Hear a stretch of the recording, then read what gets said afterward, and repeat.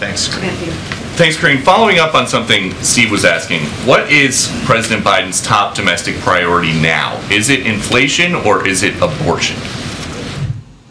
The president's going to continue to talk about issues that matter to the American people. And abortion is one of them. Majority of the American people disagree with the decision that the Supreme Court made, the Dobbs decision. That is, a majority of the people disagreed with that. When it comes to the economy, the president has made it very, very clear. When it comes to inflation, it is his #1 economic priority, and he is doing everything that he can to make sure that we lower prices for the American people. It's his #1 economic priority. We've heard the president say inflation is his top domestic priority, but now he's saying come next year, his first bill would be abortion related. So is his #1 domestic priority abortion, or is it inflation? Well, let's not forget what the president has done the last 19 months. He has made the economy his top priority. He has passed the American Rescue Plan. By the way, as you heard me say all the time, no Republicans voted for that in Congress, and it was a plan that helped us get back on our feet with the economy, that helped us gain or create 10 million jobs that we had lost. It also put money in people's pockets. It also makes sure that businesses were able to open up, schools were able to open up, people were able to go back into their homes, save their homes. And so that was the American Rescue Plan. There's the Bipartisan Infrastructure legislation, which was, again, to invest in ports, invest in the infrastructure that was dwindling.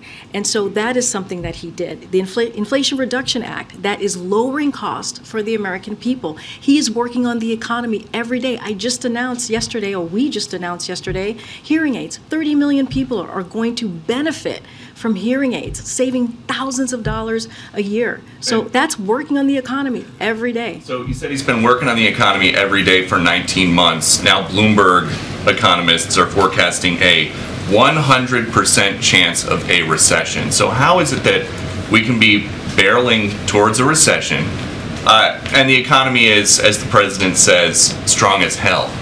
So here's the thing about the economy, and I've said this many times. You've heard this from Secretary Yellen. You've heard this from Brian Deese, who runs our Economic Council, is that what we are seeing right now is the job market is strong. The labor force is strong. And that is not what we see usually before a recession. And so a lot of that is because of the work that this president has done. We are seeing an economy that is resilient. We are seeing an economy that is going into a transition with more stable growth, more steady growth, and that is because of the work that this president has done. That is because of the economic policy that he has put forward. And let me remind you, the economic policy that he's put forward is about building the economy from the bottom to the top and the middle out. And that is so important because it means that we leave no one behind. It means that there's equity at everything that he puts forward. And so again, you're going to hear from the president about gas prices. That's, again, trying to make sure that we continue to keep prices low for the American people. Last one, just if President Biden keeps going to the petroleum reserves when there are energy problems, is he giving up on his campaign pledge to end fossil fuel? So I want to be very clear on that piece. There is no shortage of opportunity or incentive for oil companies to ramp up production. We've made that clear. Oil companies are ranking in record profits, as we have seen. They have showed it themselves. We've seen it ourselves, while more than 9,000 approved drilling permits remain untapped by the oil industry. At the same time, U.S. oil production is up and on track to reach a record high this year. Again, a record high. In fact, the United States has produced more oil in President Biden's first year than under the Trump administration's first year. Okay, we're going to move on.